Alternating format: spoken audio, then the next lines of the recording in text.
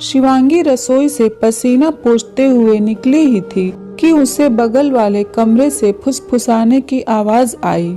शिवांगी ने कमरे में झांका तो देखा कि सास सविता जी अपनी बेटी से धीमी आवाज में फोन पर बात कर रही थी। बेटा सुमन, हमारा क्या है, आज नहीं तो कल चले जाएंगे, मगर तेरी भाभी को इतनी समझ तो होनी चाहिए कि अपनी सास को अच्छा अच्छा खाना खिलाएं।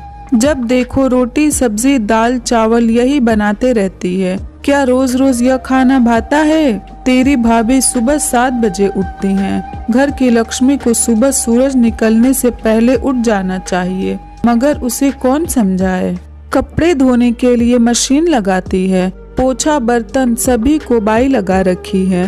ठाट बाट तो देखो महारानी के, हम तो हमेशा हमारे कपड़े हाथ से ही धोते थे और काम वाली बाइयों के काम भला किसे पसंद आते हैं। शिवांगी ने सब कुछ सुना और अपने कमरे में आकर बैठ गई। उसकी आंखों में आंसू थे और वह अतीत में खो गई, जब वह शादी करके इस घर में आई थी। सविता जी और सुमन ने उसे कभी बहू वाला मान सम्मान नहीं दिया और न किसी को देने दिया। पति शरद भी हमेशा शिवांगी को ही सुनाते। शिवांगी को इस बात का ज्यादा अफसोस होता कि पति भी साथ नहीं देते, उल्टा माँ और बहन के बहकावे में आकर शिवांगी पर ही गुस्सा निकालते हैं। एक दिन तो सविता जी का पारा ऐसा चढ़ा कि उन्होंने शिवांगी के माता पिता तक को भला बुरा कह दिया था, मगर शरद या तो चुपचाप सुनते या फिर अपनी माँ का साथ देते। अब तो शिवांगी को आदत हो गई थी ताने और उलाहनों की। ऐसा नहीं है कि शिवांगी को गुस्सा नहीं आता था, मगर पलट कर जवाब देना उसके संस्कारों में नहीं था। शिवांगी मन ही मन कुड़ती, मायके में भी नहीं बता सकती थी। उसके माता पिता की भी उम्र हो चली थी, इसलिए वह उन्हें कोई टेंशन नहीं देना चाहती थी। पति शरद का तबादला दूसरे शहर में हो गया, जिस वजह से दोनों वहां जाकर बस गए। दूसरे शहर आकर 6 महीने ही हुए थे कि सासू माँ सविता जी को हार्ट अटैक आया और सविता जी का ऑपरेशन करवाकर सास और ससुर जी को शरद यहीं ले आए। बेटी सुमन की शादी हो गई थी, तो अब सविता जी फोन पर बेटी को सारी राम कहानी सुनाती थी।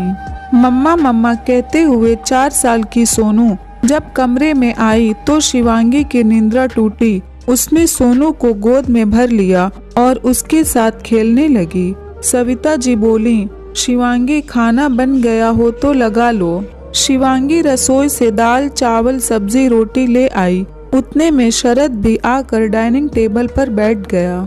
शरद को देखते ही सविता जी बोली, मुझे तो आजकल खाने में कोई स्वाद ही नहीं लगता। यह बीमारों वाला खाना रोज रोज खाया नहीं जाता। शरद बोला, माँ आपको तला हुआ और चटपटा खाना खाने के लिए डॉक्टर ने मना करके रखा हुआ है, इसलिए शिवांगी रोज यह खाना बनाती है। पकोड़े समोसे यह सब हम भी नहीं खा रहे हैं, बल्कि आपको तो यह सोचना चाहिए कि मेरी वजह से घर में तला खाना बन ही नहीं रहा है और कोई नहीं खा रहा है।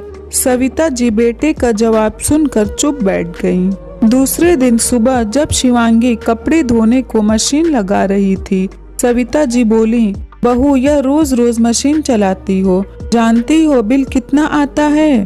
शरद ऑफिस के लिए तैयार हो रहा था, वह सुनकर बाहर आया और बोला, हाँ माँ जानते हैं बिल कितना आता है और वह बिल मैं भरता हूँ, इसलिए आपको चिंता करने की कोई जरूरत नहीं है। और अगर शिवांगी दिन भर कपड़े बर्तन यही करेगी तो दूसरे काम कब करेगी?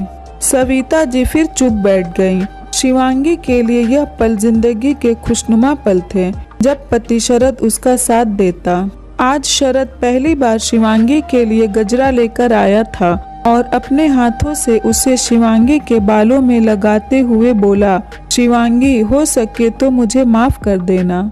शिवांगी बोली, क्यों? शरद बोला, एक रोज जब मैं अपने कमरे में ऑफिस का काम कर रहा था, मुझे बगल वाले कमरे से माँ की आवाजें सुनाई दी। वह सुमन को तुम्हारे खिलाफ बातें बता रही थी और मैं जब कमरे से बाहर आया तो मैंने तुम्हें यह सब सुनते देखा। तुम अपने कमरे में आकर रो रही थी। तब मुझे पहली बार सब समझ आया था कि अब तक मैंने जाने अनजाने में कितनी बार तुम्हारा दिल दुखाया होगा। शिवांगी बोली, आप सब समझ गए और आपने मेरा साथ दिया। यह मेरी जिंदगी के सबसे खुशनुमा पल हैं। मैं इन्हें कभी नहीं भूलूंगी।